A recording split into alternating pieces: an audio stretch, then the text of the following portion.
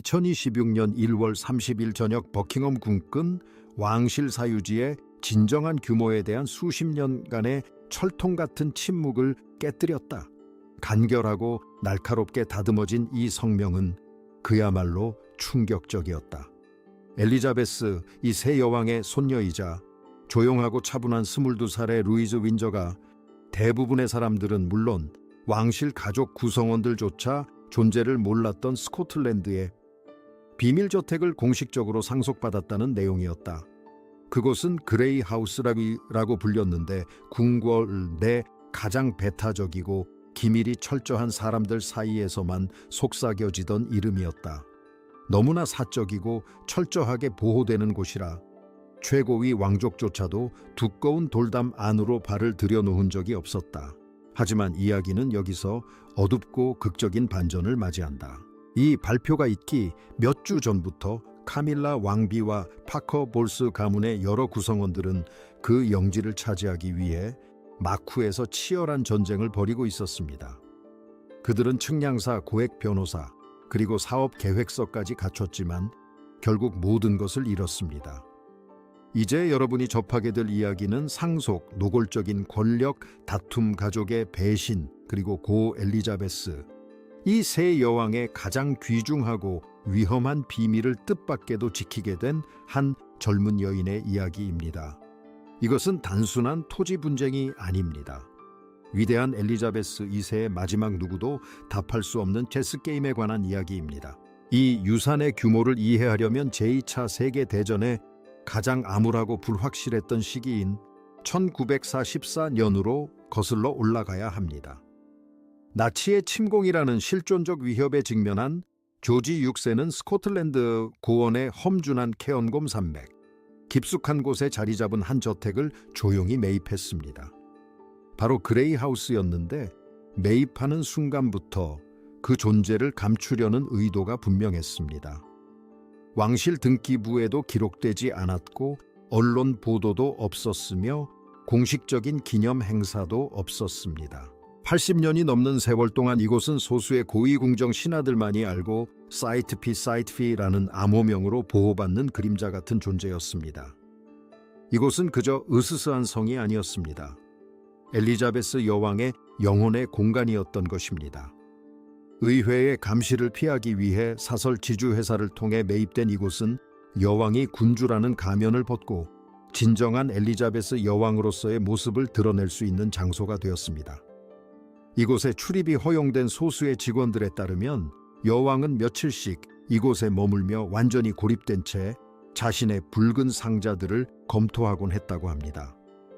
필립 공은 이곳이 너무 외지고 춥다고 느꼈고 찰스 왕세자는 놀랍게도 평생 단 한 번도 이곳을 방문한 적이 없었다고 합니다. 이러한 단절은 카밀라가 이곳을 차지하려는 계획을 시작했을 때 찰스 왕세자의 가장 큰 약점이 되었습니다. 하지만 그레이 하우스는 단순한 휴식처가 아니었습니다. 그곳은 보물창고와 같았습니다. 그 벽 안에는 왕실의 기억이 여과 없이 고스란히 담겨 있었습니다. 공식 왕실 기록 보관소에서 디지털화하거나 목록화하지 않은 손으로 쓴 편지, 사진 원판 음성 녹음 파일들이 있었습니다. 1950년대의 개인 일기 아이젠하워와 만델라 같은 거물들과의 서신, 그리고 가장 불가사의하게도 윈스턴 처칠과 로널드 레이건과 여왕이 사적으로 나눈 대화가 담긴 14개의 봉인된 음성 녹음 파일까지 있었습니다. 한 궁궐 사서는 그곳을 왕실의 날 것 그대로의 영혼이라고 표현했습니다. 왕실 기록 보관법에 따라 군주는 개인적인 증서를 통해 특정 자료를 비공개로 지정할 수 있으며 이는 해당 자료가 수혜자의 소유가 되고 국가가 소유권을 주장할 수 없음을 의미합니다. 여왕이 루이즈 공주를 상속인으로 지명한 것은 단순히 집을 준 것이 아니라 지난 세기의 진실을 볼 수 있는 열쇠를 건넨 것이었습니다. 불과 22살의 루이즈는 어떤 박물관도 전시할 수 없고 어떤 다른 군주도 되찾을 수 없는 역사의 유일한 수호자가 되었습니다. 여전히 의문은 남습니다. 왜 하필 루이즈였을까요? 그 해답은 2019년부터 2021년까지의 조용한 여름들에 있습니다. 다른 왕족들이 언론의 주목을 받거나 스캔들에 휘말리는 동안 루이즈는 할머니와 함께 벨모럴에 머물렀습니다. 안개가 자욱한 가운데 여왕과 함께 산책하고 개인 서재에서 책을 읽어드리고 대중에게 공개되어서는 안 될 서류들을 정리하는 것을 도왔습니다. 여왕은 루이즈에게서 자신의 여동생 마거릿 공주의 모습을 보았습니다. 지성과 역사에 대한 애정은 갖추었지만 관심을 갈구하는 파괴적인 성향은 없었습니다. 이는 신분보다 인격을 인정한 것이었습니다. 2021년 10월 여왕은 조건부 개인 유산 증서에 서명했습니다. 이 증서는 3가지 중요한 조항을 담은 법적 요새와 같았습니다. 첫째, 유산은 여왕의 장례식 후에만 이전되어야 하고, 둘째, 의회의 감독에서 제외되며, 셋째, 가장 중요한 것은 카밀라 왕비와 파커 볼스 가문의 후손들은 유산에 접근할 수 없다는 것이었습니다. 이것이 바로 카밀라의 미래 야망의 심장을 겨냥한 법적 비수, 즉 제31조였습니다. 하지만 카밀라는 가만히 앉아 있을 사람이 아니었습니다. 2024년 초부터 특정 자산이 은닉되고 있음을 감지한 그녀는 은밀하게 조사를 시작했습니다. 자신의 공적 영향력이 약해지고 있음을 깨닫고 오래도록 자신의 업적을 남기기 위해서는 왕실의 가장 강력한 상징들을 통제해야 한다고 판단한 것입니다. 버크홀에서 열린 비공개 접견에서 그녀는 찰스 왕세자에게 그레이 하우스를 자신의 자선재단 관리해 두자고 제안했습니다. 그녀의 제안은 문화유산과 문화휴양지라는 수식어로 포장되었지만 내부자들은 그 속셈을 꿰뚫어 보고 있었습니다. 그레이 하우스를 장악한다는 것은 발모럴 성과의 근접성을 확보하고 여왕의 개인 문서에 영향력을 행사할 수 있다는 것을 의미했습니다. 카밀라는 왕세자에게 이 문제를 제기하기 몇 주 전부터 환경평가라는 명목으로 측량사들을 하이랜드 지역으로 보내기까지 했습니다. 이는 파커폴스라는 이름을 여왕의 가장 신성한 성소에 연결시키기 위한 치밀하고도 위험천만한 계획이었습니다. 아내와 어머니의 그림자 사이에서 옴짝달싹 못하게 된 찰스 왕세자는 왕족다운 방식으로 시간을 끌었다. 회의를 연기하고 1952년 이후 손대지 않았던 소유권 구조에 대한 법률 검토를 요구했다. 하지만 마쿠에서는 왕실재산위원회가 여왕의 개인 유언이 얼마나 철저한지 밝혀내고 있었다. 1월 12일 찰스 왕세자는 개인 비서와의 비공개 회의에서 마침내 부드럽지만 단호한 입장을 밝혔다. 왕실 재산은 양도할 수 없다는 것이었다. 루이즈 왕세자비에 대해서는 언급하지 않았고 어머니의 구체적인 지시에 대해서도 말하지 않았지만 그의 메시지는 최종적이었다. 카밀라 왕세자는 그 회의를 침착하게 마치고 나왔지만 소식통에 따르면 그녀는 차가운 분노에 휩싸여 있었다고 한다. 그녀는 이미 자신이 사후에도 이미 속았다는 것을 직감하고 있었다. 궁궐에서 마침내 상속이 확정되자 파커 볼스 가족은 사회적 재정적으로 엄청난 충격을 받았습니다. 톰 파커 볼스는 이미 하이랜드 음식 관광과 문화유산 파트너십을 연구하고 있었는데 그레이 하우스를 자신의 수제 브랜드들을 위한 고급스러운 배경으로 활용하려는 계획이었습니다. 그런데 그 계획들은 순식간에 스코틀랜드의 희박한 공기 속으로 사라져 버렸습니다. 구 여왕의 메시지는 냉혹했습니다. 여왕은 자신을 보호하는 울타리를 그어 놓았고 그들은 그 울타리 밖에 갇혀 있다는 것이었습니다. 변호사들과 상담하느라 런던과 글로스터셔 사이로 전화가 쉴 새 없이 오갔지만 여왕이 세운 법적 체계는 마치 요새와 같았습니다. 폭풍의 한가운데서 카밀라는 오랜 세월 동안 여왕을 섬겨왔지만 정작 자신은 왕실의 영혼을 진정으로 맡길 자격이 없었다는 현실을 받아들여야만 했습니다. 세상이 알지 못한 것은 루이즈가 거의 1년 동안 이 직책을 위해 비밀리에 준비해 왔다는 사실이었다. 그녀는 2025년부터 그레이 하우스를 방문해 왔는데 평상복 차림에 눈에 띄지 않는 여성 경호원 한 명만을 대동했다.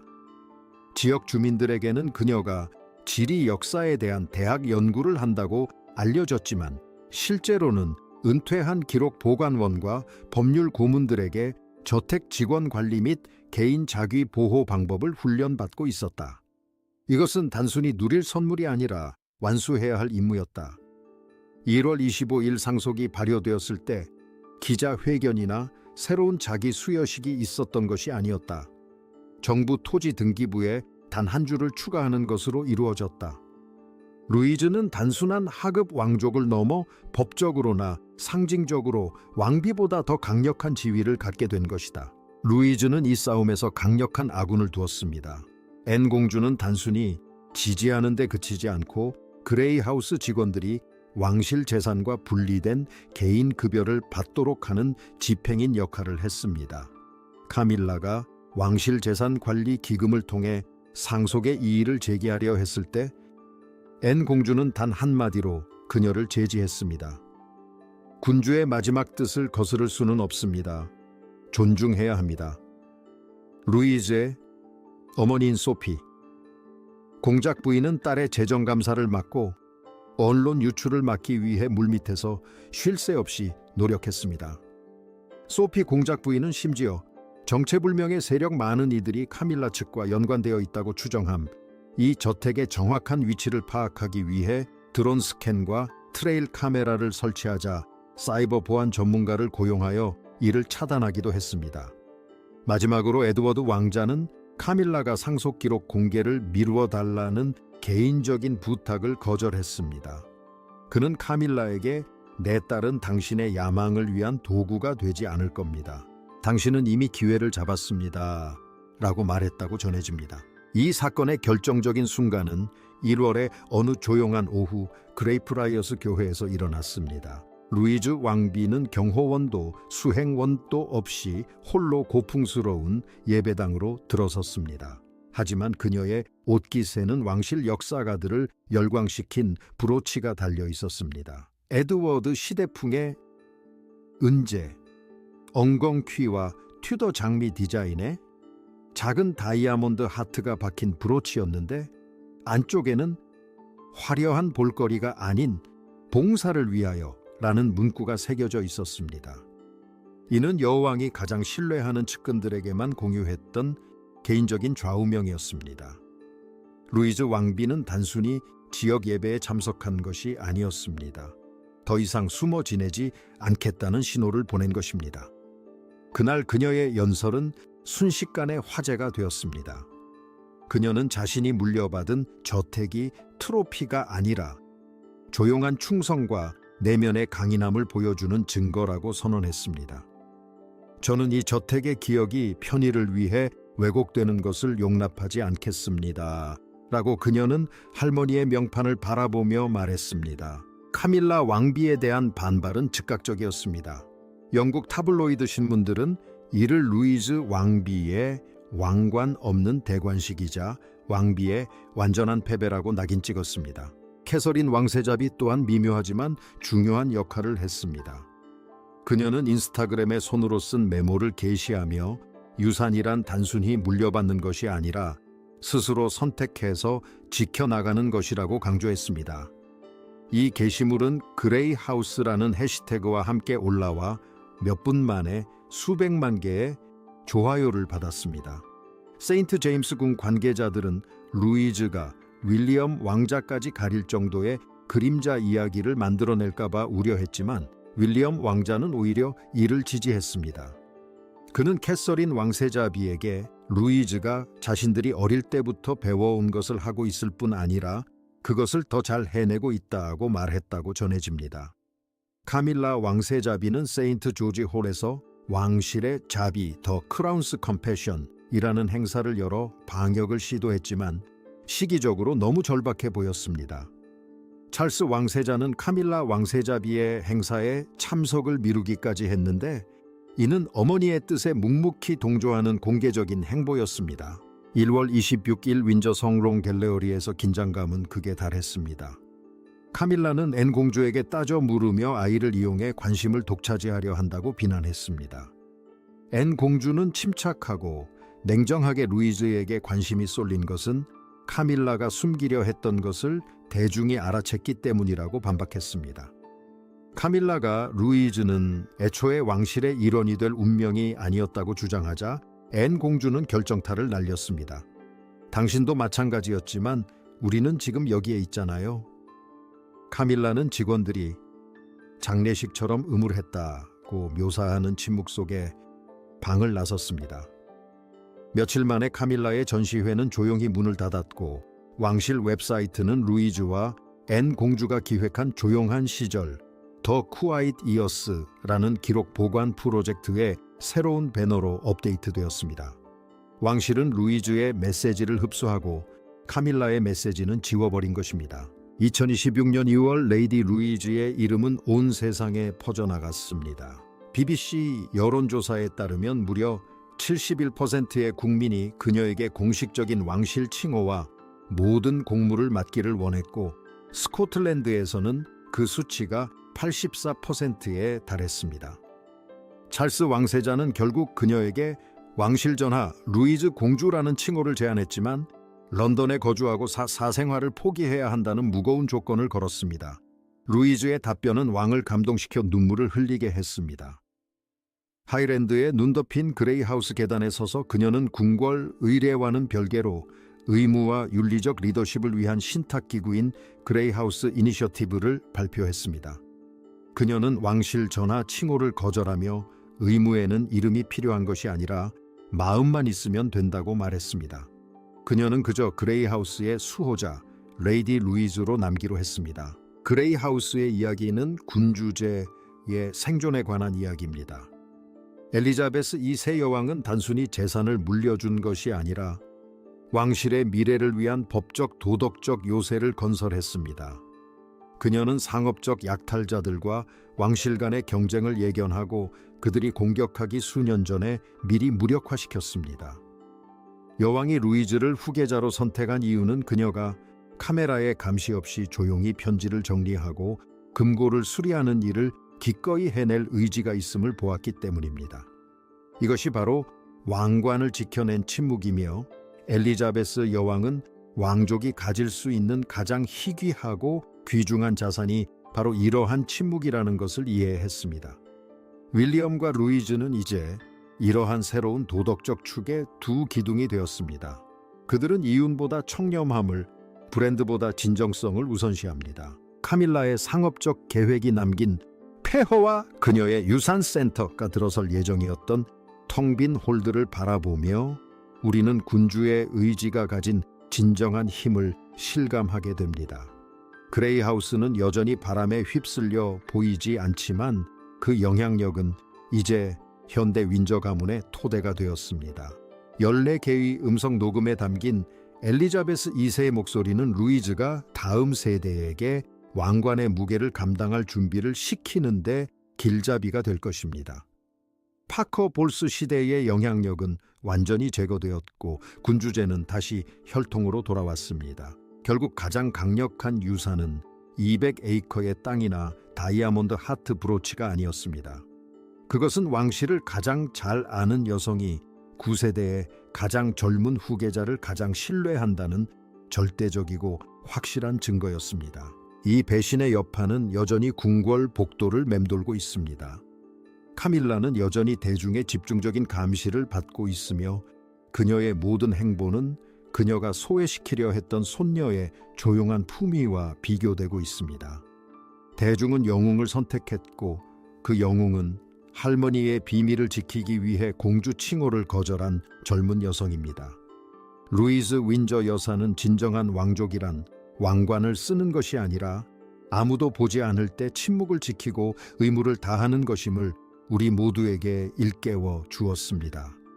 그레이하우스는 그 진실을 기리는 기념비이자 쇼로 가득 찬 세상 속에서 기억을 지키는 요새로 남아 있습니다. 여왕의 마지막 행보는 참으로 완벽했습니다. 왕권을 왕뿐 아니라 수호자에게 맡긴 것입니다. 두바이 자본이 투자한 서던 오차드, 부지와 고급 요리 센터를 둘러싼 법적 분쟁은 이제 왕실 기록 보관소에서 마무리되었습니다. 톰 파커 보울스는 대중의 시선에서 물러났고 그의 야심찬 로열 와일드 브랜드는 여왕의 사전 방해 금지 조항의 희생양이 되었습니다. 이 법률 조항은 2010년 이후 왕실에 시집온 사람은 누구도 윈저 가문의 사유지에 대한 권리를 주장할 수 없도록 했습니다. 이는 왕실을 접대 사업의 전유물로 여기는 개념 자체에 대한 선제 공격이었습니다.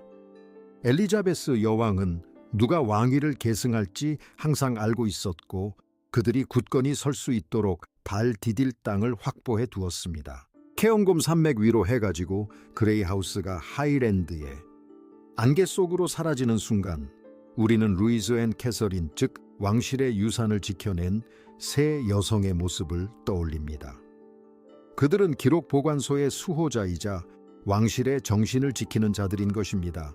왕실은 변화하고 있습니다. 화려한 레드카펫에서 벗어나 하이랜드 특유의 고요한 강인함으로 회귀하고 있습니다. 책임감이 생겨났고 그것은 법원이나 의회에서 나온 것이 아니라 할머니의 사랑에서 비롯되었습니다. 루이즈 윈저 여사는 더 이상 눈에 띄지 않는 손녀가 아닙니다. 그녀는 윈저 가문의 도덕적 나침반이며 그레이하우스는 그녀의 성당입니다. 여왕의 비밀 상속에 대해 어떻게 생각하시나요? 카밀라와 그녀의 자녀들을 그토록 의도적으로 배제한 것이 옳았을까요? 아니면 가족 간의 잔혹 행위였을까요? 댓글에서 열띤 논쟁이 벌어지겠지만 한 가지는 분명합니다. 여왕의 마지막 소원은 존중되었고 왕실의 미래는 그 어느 때보다 안정되어 보입니다. 루이즈 왕비는 왕관이 없어도 지도자가 될 수 있고 목소리를 내기 위해 무대가 필요하지 않다는 것을 증명했습니다. 단지 자신보다 앞서간 사람들을 지지할 용기만 있으면 됩니다. 영국 왕실의 가슴속 깊은 곳과 그 끔찍한 비밀을 파헤치는 이 여정에 함께해 주셔서 감사합니다. 앞으로도 왕실이 숨기고 싶었던 비밀들을 계속해서 밝혀낼 예정이니 좋아요, 공유, 구독 부탁드립니다. 다음 영상에서는 궁궐에 숨겨진 드라마를 더욱 깊이 파헤칠 예정이니 놓치지 마세요. 다음번에 다시 만날 때까지 가장 중요한 이야기는 종종 속삭임 속에 전해진다는 것을 기억하세요. 지금은 안녕히, 그리고 궁궐 벽 뒤에 숨겨진 진실을 계속 찾아보세요. 그레이하우스의 이야기는 끝났지만 수호자들의 시대는 이제 막 시작되었습니다. 모든 편지 상자, 모든 오디오 녹음, 그리고 그 스코틀랜드 영지의 모든 돌멩이는 이제 새로운 역사의 일부가 되었습니다. 품위와 인내, 그리고 할머니와 손녀의 깨지지 않는 유대로 쓰여진 역사입니다. 침묵은 계승되었고 그 침묵 속에서 군주제는 목소리를 찾았습니다. 책임감, 청지기, 정신, 그리고 유산. 이것들이 윈저 왕가의 새로운 좌우명이며 북쪽의 험준한 언덕에서부터 런던의 심장부까지 속삭여지고 있습니다. 체스 게임은 끝났고 판은 깨끗해졌으며 여왕이 승리했습니다. 앞으로 더 많은 왕실의 비밀이 밝혀질 것을 기대해 주세요.